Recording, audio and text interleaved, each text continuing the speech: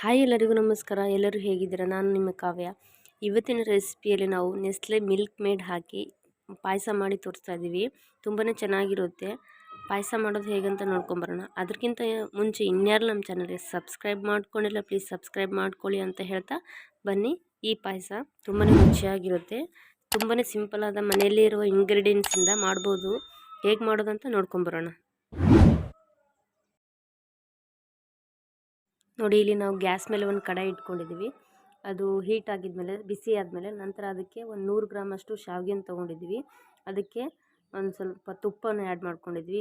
ತುಪ್ಪ ಇಲ್ಲಾಂದರೆ ಎಣ್ಣೆಗೂ ಸಹ ಹಾಕ್ಕೊಂಡು ಸ್ವಲ್ಪ ರೋಸ್ಟ್ ಮಾಡ್ಕೋಬೋದು. ಮೀಡಿಯಮ್ ಫ್ಲೇಮ್ನಲ್ಲಿ ಚೆನ್ನಾಗಿ ಗೋಲ್ಡನ್ ಬ್ರೌನ್ ಆಗೋವರೆಗೂ ರೋಸ್ಟ್ ಮಾಡ್ಕೊಂಬಿಡೋಣ. ಇವಾಗ ಯಾವಾಗಲೂ ಏನಾದರೂ ಫ್ರೈ ಮಾಡುವಾಗ ಹೈ ಫ್ಲೇಮ್ನಲ್ಲಿ ಮಾತ್ರ ಇಟ್ಕೊಳಕ್ಕೆ ಹೋಗಬೇಡಿ, ಯಾಕಂದರೆ ಸೀದೋಗಿಬಿಟ್ರೆ ಅಡುಗೆ ಎಲ್ಲ ಟೇಸ್ಟ್ ಎಲ್ಲ ಹಾಳಾಗಿಬಿಡುತ್ತೆ. ನಂತರ ಇಲ್ಲಿ ಫ್ರೈ ಆಗಿದೆ ನೋಡಿ, ಇದನ್ನ ಇವಾಗ ಸೈಡಿಗೆ ತೆಗೆದಿಟ್ಕೊಂಡ್ಬಿಡೋಣ.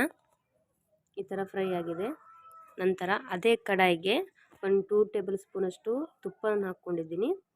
ಅದು ಚೆನ್ನಾಗಿ ಬಿಸಿಯಾಗಿದ್ಮೇಲೆ ಅದಕ್ಕೆ ಡ್ರೈ ಫ್ರೂಟ್ಸು ಆ್ಯಡ್ ಮಾಡ್ಕೊಂಬಿಡೋಣ.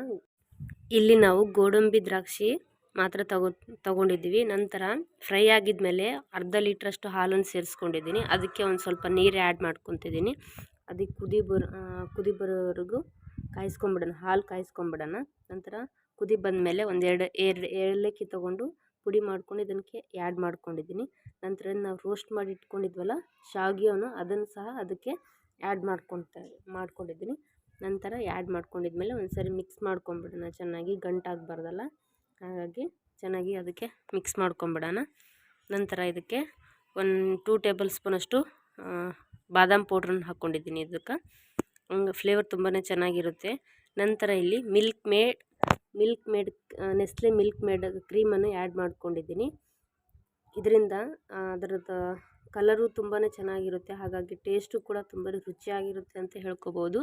ನಂತರ ಇದಕ್ಕೆ ಯಾವುದೇ ರೀತಿಯಾಗಿ ಸಕ್ಕರೆ ಬೆಲ್ಲವನ್ನು ಹಾಕೋ ಥರ ಏನೂ ಬೇಕಾಗಿಲ್ಲ. ಇದು ಕ್ರೀಮ್ ಅಷ್ಟೇ ಬಳಸಿ ನೀವು ಮಾಡಿದ್ರೂ ಪರವಾಗಿಲ್ಲ, ಸಿಹಿ ಕೂಡ ಇರುತ್ತೆ. ಹಾಗಾಗಿ ಇದು ಒಂದೇ ಕ್ರೀಮ್ ಮಿಲ್ಕ್ ಮೇಡ್ ಯೂಸ್ ಮಾಡಿ ನೀವು ಪಾಯಸವನ್ನು ಮಾಡ್ಕೋಬೋದು. ತುಂಬಾ ರುಚಿಯಾಗಿರುತ್ತೆ ಅಂತ ಹೇಳ್ಕೊಬೋದು. ನೋಡಿ, ಈ ಥರ ಕೊನೆಯದಾಗಿ ರೆಡಿ ಆಗಿದೆ. ತುಂಬಾ ಚೆನ್ನಾಗಿ ಬಂದಿದೆ ನೋಡಿ, ಈ ಥರ ಆಗಿದೆ. ಯಾವುದೇ ರೀತಿಯಾಗಿ ತಣ್ಣಗಾದ್ಮೇಲೆ ಗಟ್ಟಿ ಆಗೋದಿಲ್ಲ, ತುಂಬಾ ರುಚಿಯಾಗಿರುತ್ತೆ.